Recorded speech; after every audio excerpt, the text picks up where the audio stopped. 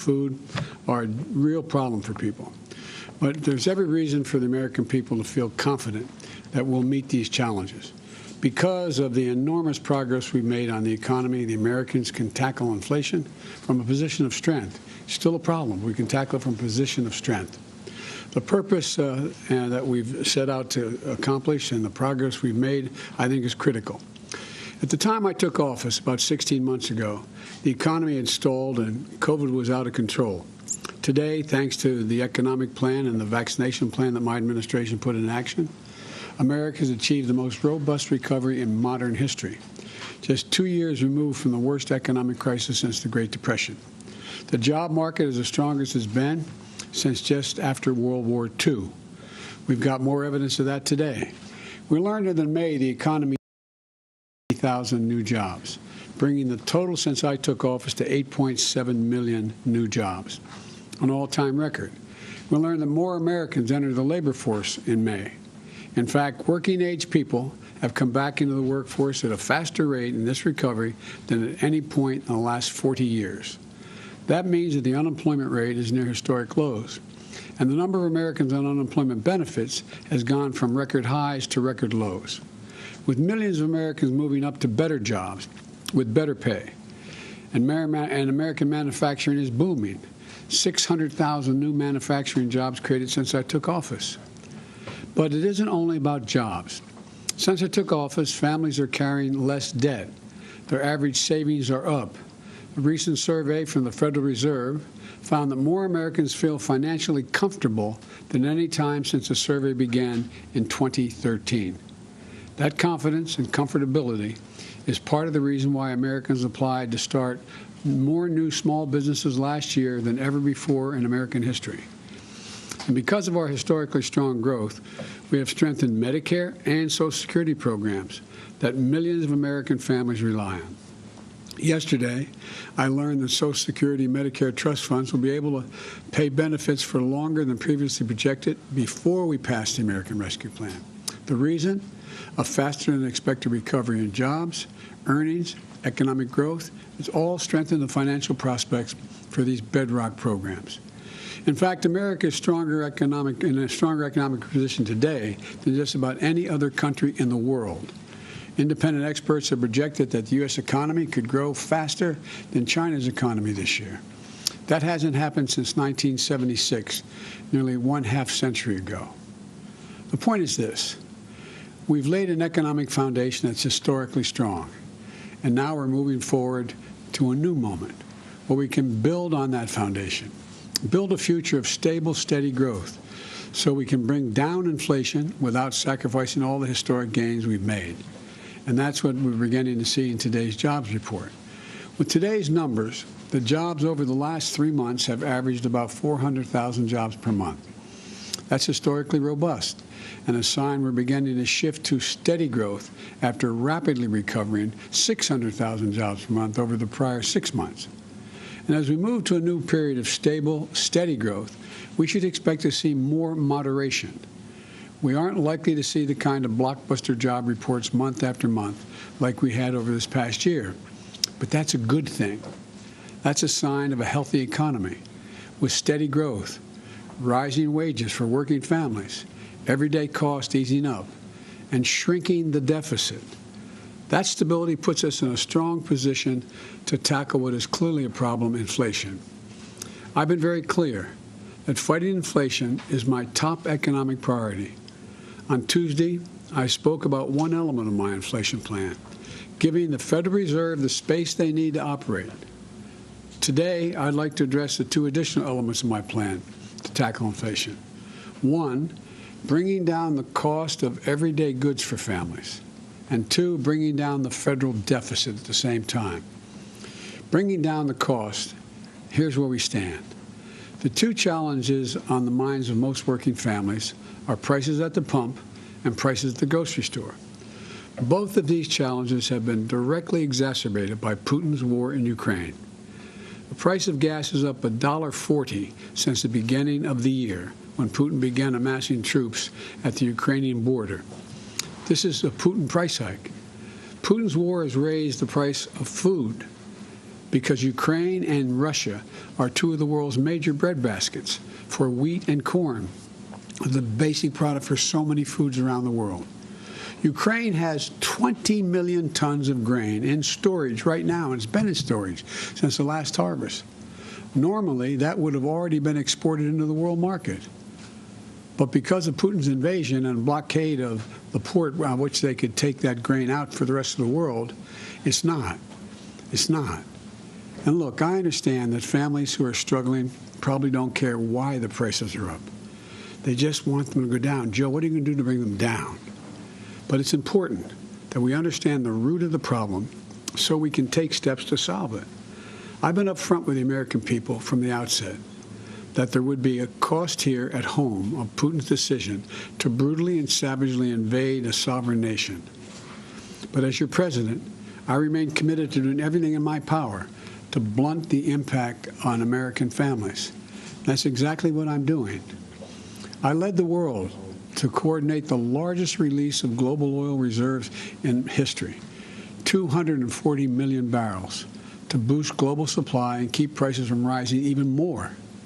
I directed the sale of gasoline using homegrown biofuels this summer, and I'm working closely with our European partners to get more of the grain locked in Ukraine right now out into the world market, which could help bring down prices. There's ways to do that over land, which we could talk about at another time. But actions have already helped to blunt that what would have been an even larger Putin price hike. As I said, I'm going to continue to use every tool available to me to further blunt those price hikes as we move forward. But the fact is this: there's more than one way to solve this problem.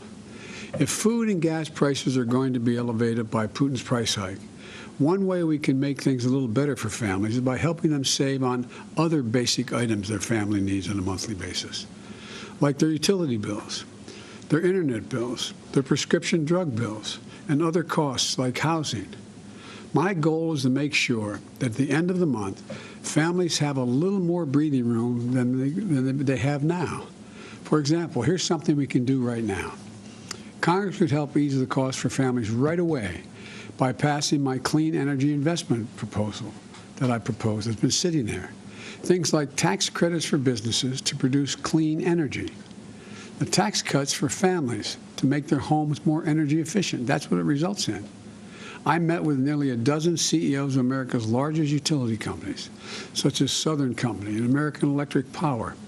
They told me that if we pass the investments, they'll immediately lower the average family's energy cost by about $500 a year. That would help a lot. That'd make up for a lot. In the long run, it would help families make America truly energy independent. So in the future, American families are no longer subject to the whims of a dictator, half a world away, controlling oil. It's not just utility bills, though. Lower prescription drug cost by giving Medicare the power to negotiate with the pharmaceutical companies and how much they can charge, just like they do with the Veterans Administration. Right now, more than X amount of dollars for your insulin. Well, they can decide not to sell it at all, or they can sell it at the price that the government says they'll pay for it. Bringing down the average cost of prescription drugs by capping that cost of insulin, by the way, at no more than $35 a month. It costs them less than $10 to make it. And in some families, it means hundreds of dollars a month, and sometimes hundreds of dollars a year, depending on what ailment they're trying to deal with. Someone with diabetes, for example, it's hundreds of dollars per year. Someone with arthritis, it could be thousands of dollars per year. I've laid out a plan to lower rent and mortgage costs, the largest cost most families face, around a third of a typical family's budget, because we have a shortage of housing. Building more than 1 million more housing units and closing the shortfall in affordable housing in this country will do that. I've laid out a plan to lower the cost of high-speed internet by working with the 20 leading internet service providers to cut their prices and raise their speeds for tens of millions of households. This could lower what they have to pay for high-speed internet by $50 a month or more. And nearly 40% of households in America qualify for these savings. And by the way, you can find out if you'd be eligible by visiting by getinternet.gov. Getinternet.gov. Say it again, getinternet.gov. See if you qualify. I've laid out a plan to lower the cost of everyday goods that move through our supply chains to stores and families' doorsteps. For example, at the State of the Union, I called on Congress to crack down on foreign-owned shipping companies that have raised their prices to transport goods by as much as 1,000%. 1,000%. And that obviously raises the cost of the goods on those ships to consumers. The Senate has passed legislation, and I'm hopeful the House can do the same to send me legislation in the coming weeks to crack down on these companies and help lower overall cost. And my plan does all this without raising a penny in taxes on people making less than $400,000 a year, and without raising the deficit at all by taxing the super wealthy and big corporations, like the 55 major corporations that don't pay a single penny in taxes, even though they had a $40 billion in profits. The point is this. I'm doing everything I can on my own to help working families during this stretch of higher prices. I'm going to continue to do that. But Congress needs to act as well. We can do so much more if we come together to lower the cost for American families. But my congressional Republican friends, led by Rick Scott, have a different approach.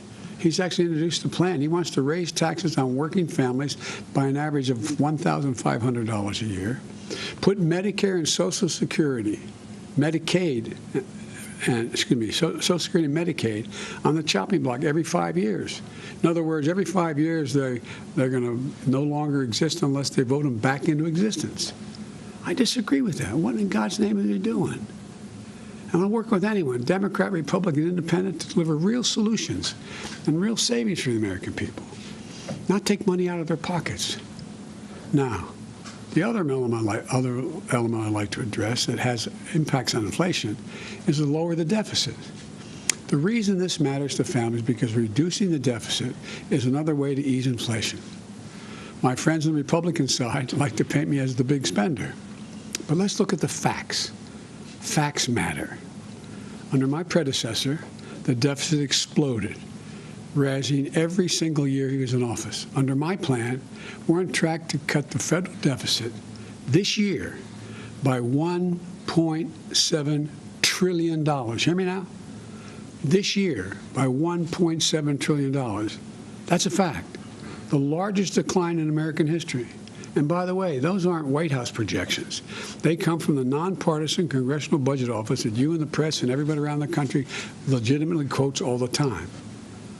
That progress on tackling the deficit was not preordained. It was my economic strategy built into our historic recovery that we didn't anticipate a war in Ukraine at the time. Historic economic growth that not only helped tens of millions of families move up, it has helped our federal deficit come down. And now, because of that strategy, we're on track for a deficit to take up a lower share of our economy than it did before the pandemic.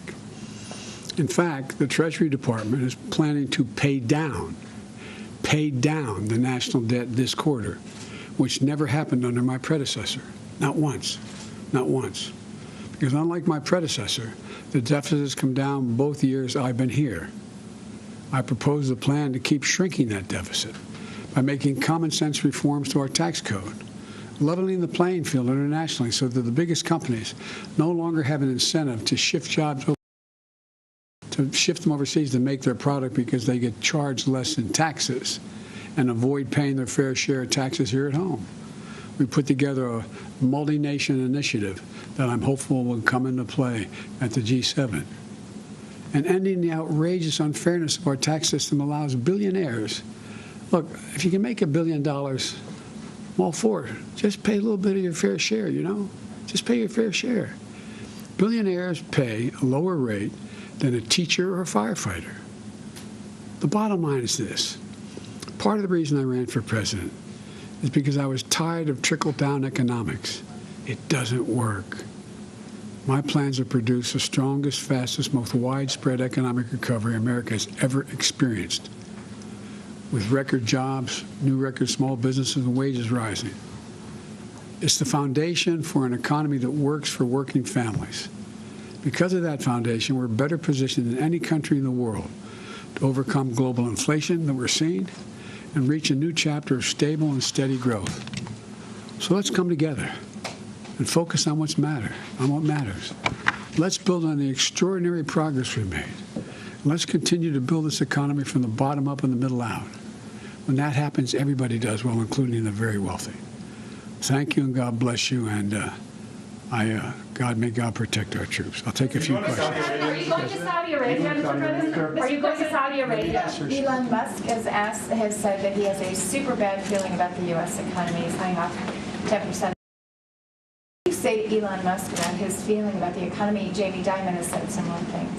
Well, let me tell you, while Elon Musk is talking about that, Ford is increasing their investment overwhelmingly. I think Ford is increasing the investment in building new electric vehicles, 6,000 new employees, union employees, I might add, in the Midwest. The former Chrysler Corporation, Stellantis, they are also making similar investments in electric vehicles. Intel is adding 20,000 new jobs for making computer chips. You know, lots of luck on this trip to the moon. I mean, you know. Mr. President, are you going to go to Saudi Arabia, Mr. President? I'm not sure whether I'm going. I have no direct plans at the moment, but let me tell you that I have been engaged in trying to work with how we can bring more stability and peace in the Middle East. And there is a possibility that I would be going to meet with both the Israelis and some Arab countries at the time, including, I expect, would be Saudi Arabia would be included in that if I did go. But I have no direct plans at the moment. Is the kingdom still a pariah in your eyes? Look, I'm not going to change my view on human rights, but as President of the United States, my job is to bring peace if I can. Peace if I can. And that's what I'm going to try to do. Mr. President, would you be open to meeting with the Crown Prince Mohammed bin Salman if you do end up going to Saudi Arabia? Look, we're getting way ahead of ourselves here. What I want to do is see to it that we diminish the likelihood that there's a continuation of some of the senseless wars between Israel and the Arab nations. And that's what I'm focused on. Is OPEC doing enough on oil production? Well, what I recently read in talking to my team, that they acknowledge that there is an oil shortage, and they have made an announcement of late that they're going to increase production. So I don't know enough to know whether it's enough, but I know it's positive. Mr. President, does Ukraine have to cede territory to achieve some peace? You know, and you've been always fair with me. From the beginning, I've said, and not everyone's agreed with me, nothing about Ukraine without Ukraine. It's their territory. I'm not going to tell them what they should and shouldn't do. But it appears to me that at some point along the line, there's a settlement here. And what that entails, I don't know. I don't think anybody knows at the time. But in the meantime, we're going to continue to put the Ukrainians in a position where they can defend themselves. Thank you all so very much. Will you go to the Hill next week on guns? Will you lawmakers? My staff is dealing and has been dealing constantly with every member of the House and Senate who's wanted to talk about guns. It's been a constant interchange, and I've been constantly briefed. I will do what I can to try to see if we have some real progress. Thank you.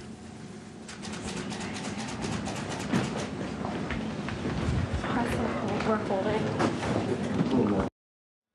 There you have the president reacting to the latest jobs numbers. And, you know, he does what he normally does, which is sort of identify the various ways that his administration has contributed to it. He thinks that the economy is healthy, despite the fact that there are some people like Jamie Dimon or Elon Musk and others who have warned that, you know, a recession could be on the horizon in the next year or year and a half or so. But non-farm payrolls increased 390,000 last month, which is revised number, and the unemployment rate is holding at 3.6%, right, which is welcome economic news. Precisely, and we know that we have a number, millions of job openings with people who are sort of taking their time and picking and choosing what they want. So that's where we stand with that right now. So while we will play back a little bit later the president's remarks, let's take a look at some of our top stories this morning. As I just mentioned with Anne-Marie, the United States added 390,000 jobs in May, and the president was touting that, and he called it enormous progress on the economy. So we're going to dig into those numbers a bit later. President Biden is calling on Congress, however, to take action to end gun violence. Ahead, we're going to tell you what he's proposing. And police in Tulsa say the gunman who killed 4 people there was targeting his own doctor. Our Nancy Chen is there, and she will tell us what we're learning from investigators.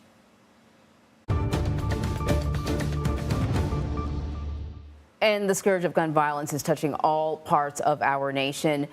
These are pictures from Ames, Iowa, where prayers are being said after a man shot and killed 2 women outside the Cornerstone Church last night.